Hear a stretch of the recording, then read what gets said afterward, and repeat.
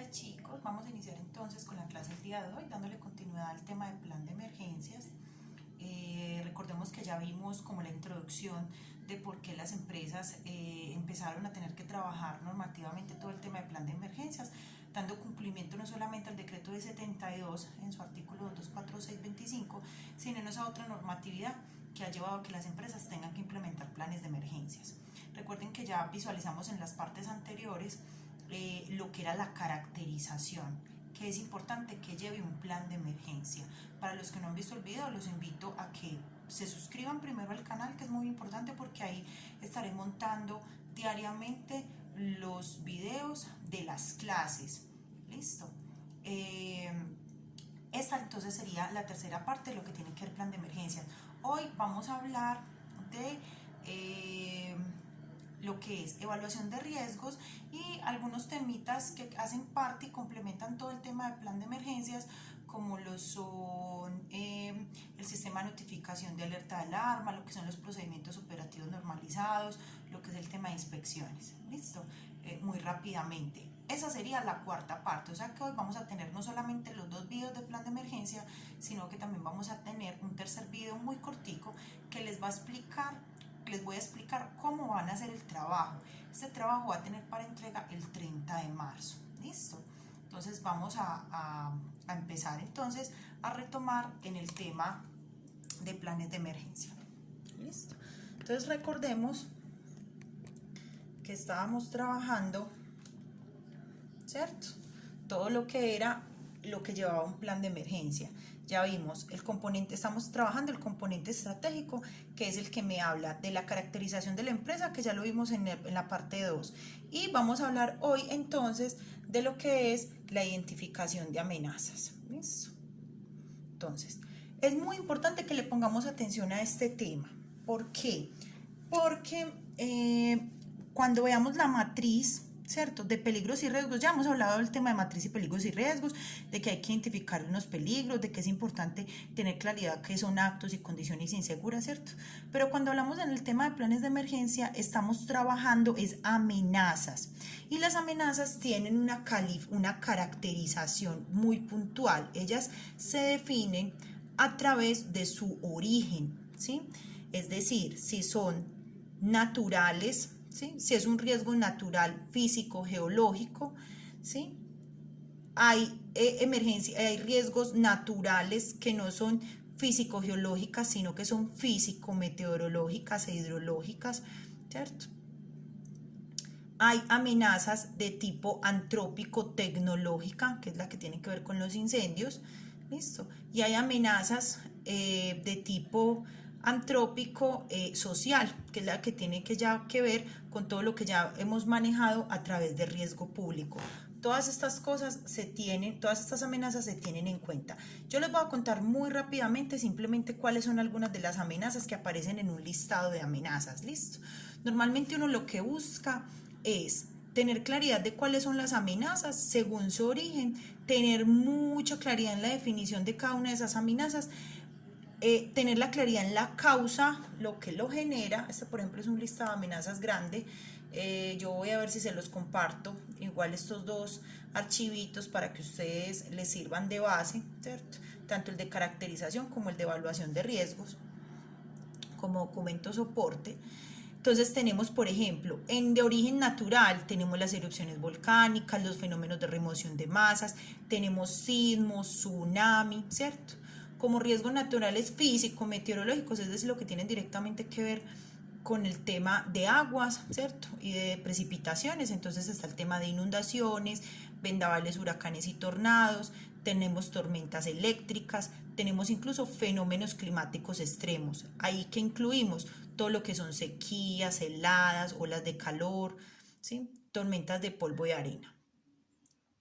En los riesgos antrópico-tecnológicos, entonces ya entran lo que tiene que ver con manipulación del hombre, pero también con temas de equipos y maquinaria. Entonces ahí es donde aparece el incendio industrial. Aquí hay una subclasificación y es hablar de incendio industrial, y también hablamos de incendio forestal. ¿Listo? Accidente por contacto eléctrico, accidentes de tránsito en el transporte de mercancías peligrosas, accidentes de tránsito en el transporte de personal, daños por agua, derrame, el derrame de sustancias químicas y peligrosas, la emergencia médica, es decir, ese accidente de trabajo o eso que me ocurra con el usuario en la IPS que me hace activar la brigada, yo lo debo de mapear en mi evaluación de riesgos como una emergencia médica. No siempre tienen que ser solamente por accidentes de trabajo. Les voy a poner un ejemplo. Yo tengo un usuario que se me desmayó en una toma de muestras. Eso no es un accidente de trabajo, pero yo tengo que hacer una activación de la brigada para que le realice atención. Entonces, todo eso que puede pasar, independientemente de la causa, yo lo mapeo como un tema como una amenaza, como emergencia médica. Listo, aquí simplemente les estoy contando este listado de amenazas que yo manejo desde pues mi experticia como asesora en emergencias. Esta explosión, estas fallas en las estructuras, fallas en las estructuras es todo lo que tiene que ver con las instalaciones, en los sistemas todo lo que tiene que ver con líneas vitales, que ya lo vimos en el otro video, es decir, que ya no haya agua, que falle la energía, que falle el combustible, que falle el fluido eléctrico. Está el tema de fugas. Están los obstáculos en las rutas de evacuación, que a veces en algunas empresas se nos convierten en una amenaza latente para el plan. Está el tema de contaminación radiactiva, aplica por ejemplo para laboratorios donde tienen rayos X, como odontología y otros prestadores de salud de imágenes diagnósticas. Ya en riesgos antrópicos sociales, entonces aparece el tema de terrorismo, azonadas, hostigamiento, actividades criminales, desórdenes civiles. Este listado de amenazas que les acabo de mostrar hace parte de la norma NFPA 1470. Denme un segundo, yo corrijo si es 1470. Sí, 1470, ampliadoramente pues con las experticias de las diferentes bases de datos de las emergencias que uno va identificando en las empresas. Hemos ido alimentando una lista o un listado de amenazas para tener como una base y a partir de ahí empezar a identificar cuáles son las amenazas que aplican. Listo. Entonces hay una norma donde tiene pues como esas amenazas. Entonces ya después de tener listo y de haber validado el listado de amenazas, ¿yo qué entro a hacer? ¿Cómo se hace el análisis de amenazas para plan de emergencias? Recuerden que yo les hice en el tablerito una fórmula, les dije, en el listado de amenazas se califica la amenaza, es decir, cuál es la probabilidad de ocurrencia de esa amenaza. Entonces, esa probabilidad de ocurrencia, aquí por ejemplo adelantico en la hoja que les voy a mandar, ahí está la metodología. Entonces lo que hacemos es calificar la probabilidad de ocurrencia. La probabilidad de ocurrencia la calificamos con 3 colores, bajo, medio, alto, y le asignamos una calificación cualitativa. Si es posible, probable e inminente. Posible es aquel evento que nunca ha sucedido, pero que podría llegar a ocurrir. Probable es que probablemente no se haya materializado, pero hay evidencias de que en otros lugares se haya materializado. O tengo algunas condiciones que me podrían generar que se me manifieste. Inminente es cuando ya hay alta probabilidad de ocurrencia. Ejemplo perfecto de la calificación de la probabilidad. Yo no voy a calificar, por ejemplo, si yo tuviera que calificar la amenaza de sismo en Manizales, pues no le podía colocar posible, ¿cierto? Es inminente, pues porque su probabilidad por su ubicación geográfica es alta, ¿cierto? El tema, por ejemplo, de inundaciones en una IPS que esté ubicada cerca, por ejemplo, en los municipios que están ubicadas cerca, por ejemplo, en Puerto Valdivia, supongamos que esté muy cerca al río, yo no la voy a poder colocar como posible. ¿Por qué? Porque la inundación es muy probable que ocurra al estar cerca a la ladera. Entonces ahí es donde yo juego con ese nivel de probabilidad. ¿Listo? Hasta ahora, entonces yo califico posible, probable, inminente y para eso existe una tabla donde yo califico esa probabilidad de ocurrencia. Miren, aquí está todo mi listado de amenazas con las causas que me aplican porque pueden haber muchas causas de sismo. Ejemplo, 2 causas de sismo son la amenaza sísmica y la amenaza volcánica. A mí, a mí en Medellín no me aplicaría la causa amenaza volcánica, ¿cierto? Pero si la estuviéramos hablando en Manizales, sí aplicaría. Entonces yo simplemente dejaría la causa que me aplique. Es importante ver si es un área afectada en específico o si es una amenaza que me afecta toda mi empresa. Por ejemplo, no es que venga, yo sí tengo el hospital al pie del río, pero yo lo tengo sobre una montaña. Si el río se entra, se llevaría solamente un pabellón de hospitalizados, por decir algo, porque lo tengo en varias casitas distribuido, ¿cierto? Entonces ahí sería como especificar. Pero en el caso de sismo, pues el sismo no va a decir, no, es que yo solamente voy a temblar en un edificio, en el otro no, ¿cierto? Es algo que afecta a toda el área, por tanto se colocaría que el área afectada es general. Es importante calificar si es una amenaza de origen interno y externo. En el caso de las naturales, pues siempre va a ser externo. Entonces aquí lo que se coloca en la calificación, se coloca si es probable, posible o inminente y se le coloca el color asignado, ¿listo? Como se aparece acá en la tablita. Después de hacer esa calificación a las amenazas que yo identifiqué, paso a calificar el análisis de vulnerabilidad. Como tal, ¿qué es la vulnerabilidad? Ella está entendida como la predisposición o susceptibilidad que tiene un elemento a ser afectado o a sufrir una pérdida. El análisis de este proceso, ¿sí?, determina es el nivel de exposición y la predisposición a la pérdida de un elemento. En realidad la vulnerabilidad, que es lo que hace, decirnos qué tan preparados estamos. ¿Cómo se trabaja? Se evalúa a través de unas preguntas y se evalúa en 3 aspectos. Mírenlo aquí abajito. Se evalúa en las personas, los recursos y los sistemas. ¿Cómo lo califico? A través de unas preguntas. Yo me hago unas preguntas para saber qué tan bien está preparado. Si la pregunta la cuento con ella, lo califico con 0. Si no cuento con ella o parcialmente, 0.5. Si no cuento con ella, le pongo 1. Al final eso me va a promediar y a partir del valor que me dé, yo voy a decir si mi vulnerabilidad es baja, media o alta. ¿Listo? Entonces miren que ya tenemos 3 vulnerabilidades, porque esto se hace en las personas, los recursos y procesos. Y tenemos una cuarta, ¿cierto? Que es la de la amenaza. Ahí es cuando entonces aparece lo que se llama el diamante de riesgo, ¿sí? Y es donde él se vuelve, voy a mirar si aquí hay uno. Miren, esta es la tabla, aquí es donde están las preguntas, básicamente se las voy a mostrar rápido. Estas son las preguntas, ¿cierto? Estas, por ejemplo, la vulnerabilidad en las personas, son unas preguntas que yo realizo a cada amenaza y ella simplemente me sacaría un porcentaje y me dice cuál es mi vulnerabilidad. De la misma forma para los recursos y los sistemas. Aquí me lo consolidaba matemáticamente y ya aquí en el nivel de riesgo ya puedo armar el diamante de riesgo según los colorcitos. Y según los colorcitos ya él me dice la interpretación. Me dice que si yo tengo 3, mírenlo acá, amenaza, vulnerabilidad de las personas, amenaza, vulnerabilidad de las personas, los recursos, sistemas y procesos. Voy a mirar si les puedo ampliar un poquito más la imagen para que la vean. Denme un segundo. Ok, quedó muy grande. Miren. Según lo que me den las fórmulas, entonces ya está la amenaza, las personas, los recursos y los sistemas, según esa calificación, según los valores que me dé. Y ya él me viene y me dice que según el número de rombos, los colores, cómo es mi nivel de riesgo. Entonces dice que si tengo de 3 a 4 rombos rojos, mi nivel de riesgo es alto.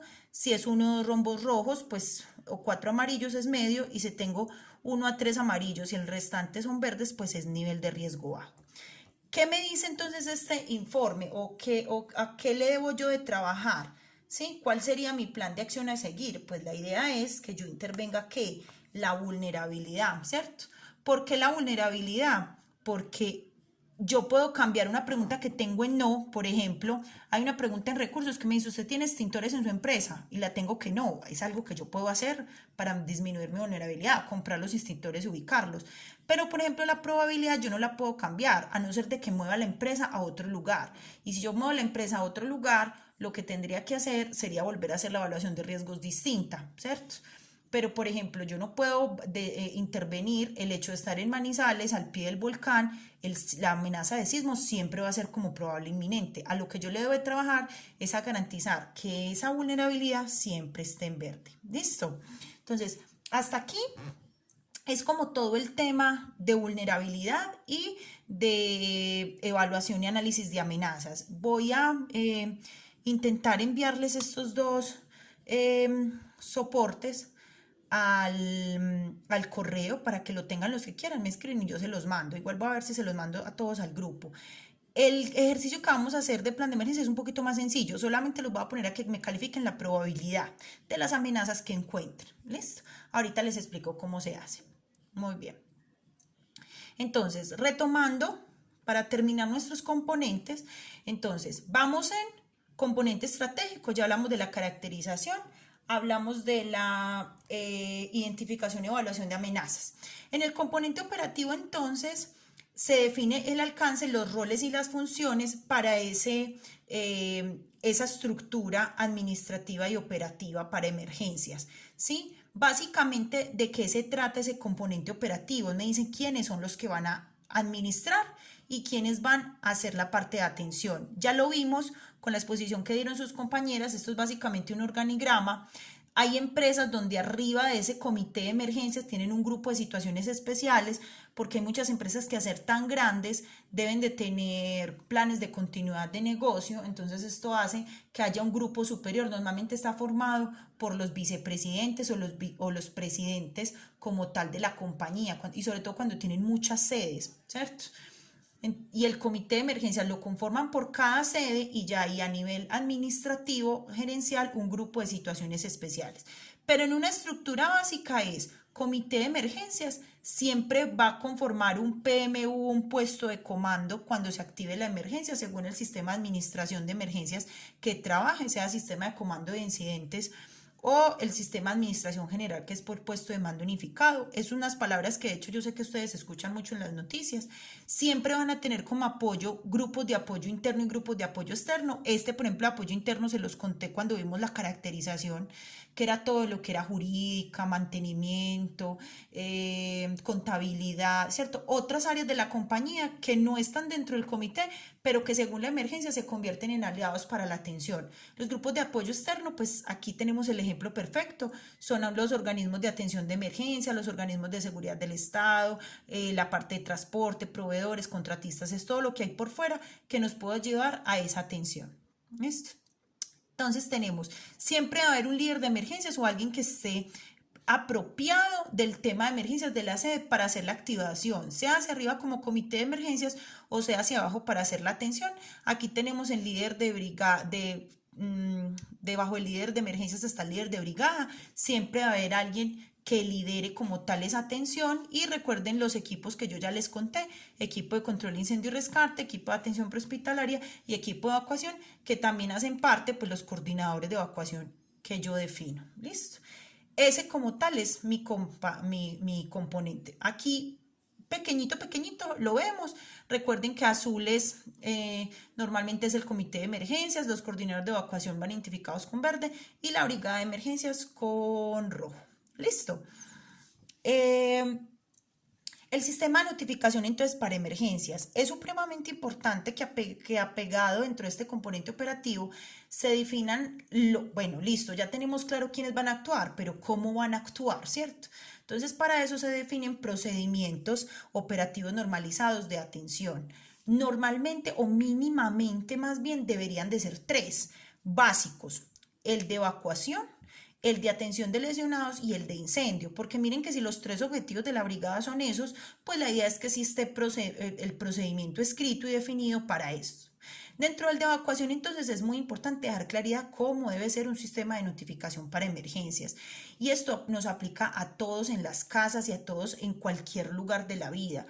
Cuando vamos a notificar una emergencia, ¿qué es lo que debemos de notificar? ¿Cierto? Que siempre se debe informar la clase de emergencia que está ocurriendo y la ubicación exacta. Adicional a eso, es muy importante identificarnos con el ente al cual le estamos contando, sea nuestro líder de emergencia, sea cuando llamemos al 123, sea cuando pidamos ayuda a un bombero, incluso ahora con el tema del COVID, cuando llamamos a la línea de atención, tener claridad de qué es lo que estamos reportando. ¿Listo? Hablamos en temas de los grados de emergencia. Las empresas deben de definir, según esas amenazas identificadas en la evaluación de riesgos, pues bueno, cuál es más grave, o cuáles puede atender con sus recursos propios y cuáles no, y cuál es la cadena de comunicación. Aquí básicamente lo que yo hago es dividirla en grados de emergencias. Grado 1 son aquellas que yo puedo controlar con recursos propios, como la brigada. La 2 es que puedo de pronto tener la necesidad de buscar otros recursos, como por ejemplo en el tema de una inundación. Listo, yo activo la brigada para que barrer y trapear la sede, pero adicional voy a tener que llamar a los de mantenimiento para que organicen el techo. Y eso va a requerir que, por ejemplo, esa área no vaya a trabajar todo un día porque van a tener que bajar el techo, ¿cierto? Entonces ahí voy a tener que hacer activación de otras personas para que me apoyen. No fue una emergencia tan fácil de atender. Tengo una interrupción de operación, entonces la califico en 2. Y la grado 3 es un evento que requiere todo lo anterior, pero además demandará recursos y apoyos adicionales. Esas son las emergencias que me hacen llamar bomberos, llamar policía, activar todo el comité de emergencias y conformar un puesto de mando unificado, activar el procedimiento de evacuación. Listo. Aquí hay algunos ejemplos de esas emergencias, ¿cierto? Ejemplos según la clasificación en el grado. Entonces miren, por ejemplo, que les decía, por ejemplo, grado 2, una fuga de gas interna, en grado 3 es una explosión, una intoxicación alimentaria, múltiples lesionados por la causa que sea, el colapso estructural, la acción terrorista, ¿cierto? Entonces a partir de ahí yo ya empiezo a activar a los grupos responsables que me pueden colaborar con esa atención. Listo. Listo. Ya les hablé entonces de los procedimientos operativos normalizados. Ellos están diseñados para responder a situaciones definidas que pueden generar alto riesgo. Y lo que se busca es que sean decisiones tomadas por anticipado para esperar que estas acciones se programen y ejecuten en una secuencia definida. O sea, que si la brigada tiene que atender un incendio, sepa cómo hacerlo. Que la gente previamente sepa cuál es la alarma de evacuación, cómo se evacúa, dónde son las rutas, cuáles son los puntos de encuentro. Eso es lo que debe llevar un procedimiento, un PON de evacuación. ¿Listo? Estos entonces se ejecutan cuando existe una situación de riesgo establecida. Es importante que todos los miembros lo conozcan, los que lo vayan a activar, si es la brigada que esté capacitada en ello, si es el personal que esté capacitado en ello, sobre todo en el de evacuación. Listo. El PON entonces de evacuación incluye lo que es la alerta de alarma. Es muy importante tener claridad en la diferencia de ellos dos. La alerta siempre va a significar una preparación. Hay muchas empresas que dan la alerta voz a voz. Hay unos que tienen códigos. Si usted va a un San Vicente Paul, por ejemplo, la alerta la dan a través de unos códigos. ¿Para qué? Para no generar pánico. Entonces ellos tienen un código que es, por ejemplo, el 3.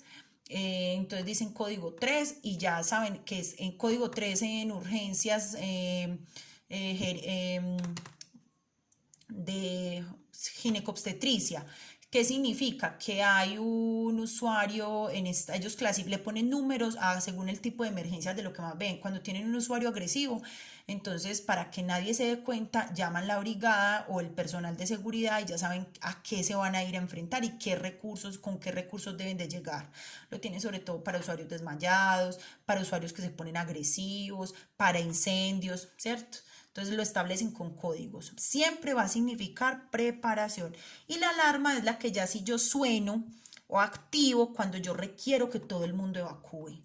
Cuando estemos chicos en cualquier sitio, sea un cine, un centro comercial, un banco, y escuchemos la alarma, evacuemos inmediatamente.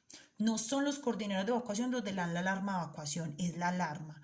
Si alguien activa esa alarma, no es por cualquier cosa. La alarma no se va a activar porque alguien se desmaya. La alarma se activa cuando ya se validó todo el protocolo establecido de cadena de llamadas y se determinó que la sede está en riesgo. ¿Listo? Entonces ya ahí es que se activa la alarma y todo el mundo debe evacuar, y sobre todo para las instituciones de salud, ellos son muy precavidos por el tema de los usuarios. Listo.